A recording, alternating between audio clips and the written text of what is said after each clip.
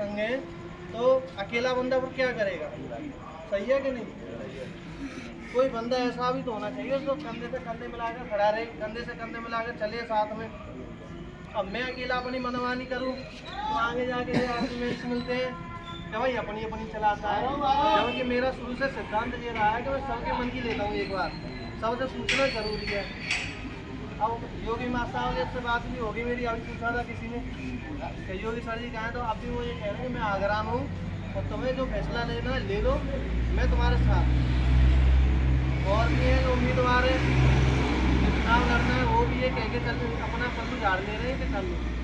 ऐसा बात धुक्की क्या आती है इसमें, ये वाली धुक्की बात आती है कि मेहनत करने के लिए तो कोई भी नहीं है संघ में, लेकिन सेल्फी लेने के लिए, फोटो खींचने के लिए और क्रेडिट लेने के लिए और लोगों में ये दिखाने के लिए कि ये प्रोग्राम हम करवा रहे हैं, उसमें सब आगे आ जाते हैं। तो ऐसा तो बिल्कुल भी नहीं होना चाहिए। और आपको मैं एक बात बता दूं, जब महाराणा प्रताप जयंती की शुरुआत हुई थी उस समय आपके ग्राम प्रधान पंडित रवि शर्मा इन्होंने वक्तव्य कहा था सबके सामने, एक बार नहीं 2 बार, जब बोर्ड लगवाने की बात चल रही थी तब इन्होंने कहा था कि एक बोर्ड मेरी तरफ से, लेकिन आज तक एक बोर्ड नहीं लगा है। कार्यकाल पूरा खत्म होने की कगार पर है, 2026 में चुनाव होने कहाँ है उनका एक बोर्ड, कोई बोर्ड नहीं है। दूसरी उनकी बात हुई थी, यहाँ ग्राम सचिवालय पर मीटिंग हुई थी, कोई बाहर का आया हुआ था, वहाँ पे गांव के सभी बड़े लोग थे, युवा तो कम ही थे लेकिन बड़े बुजुर्ग बहुत थे वहाँ पे। तो सबके सामने पंडित रवि शर्मा ने ये कहा था हमारे ग्राम प्रधान ने, कि अगले महाराणा प्रताप की जयंती पर एक मूर्ति मेरी तरफ से लगेगी। लेकिन कहाँ है मूर्ति, क्यों नहीं लगी अभी तक? ये भी एक बहुत बड़ी बात है कि बस यही कि अपना माइक में बोल दिया, अपना ताली में बजवानी हाथ से और पल्लू झाड़ दिया, पीछे कोई ध्यान भी नहीं है। तो ऐसा कब तक चलेगा?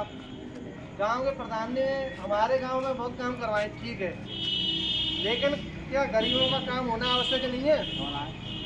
बहुत से गाँव में मेरी लिस्ट में ऐसे भी लोग हैं जो गरीब हैं, ठाकुर समाज से भी हैं और भी समाज से हैं, लेकिन गरीब हैं, ज़्यादा भागा दौड़ी कर नहीं सकते, मेहनती मजदूरी आज कर लेंगे तो खा लेंगे, अगर आज हम नहीं करेंगे तो कल को खाने के लिए उनके पास कुछ भी नहीं है। उनके यहाँ सुलभ शौचालय तक नहीं बने, घर की जो योजना आई थी आवास योजना, आवास नहीं बना।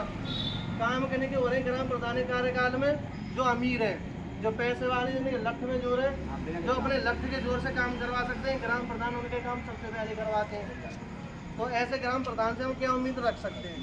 और ये महाराणा प्रताप का एक तरह से अपमान हुआ कि मैं मूर्ति लगवाऊंगा, लेकिन मूर्ति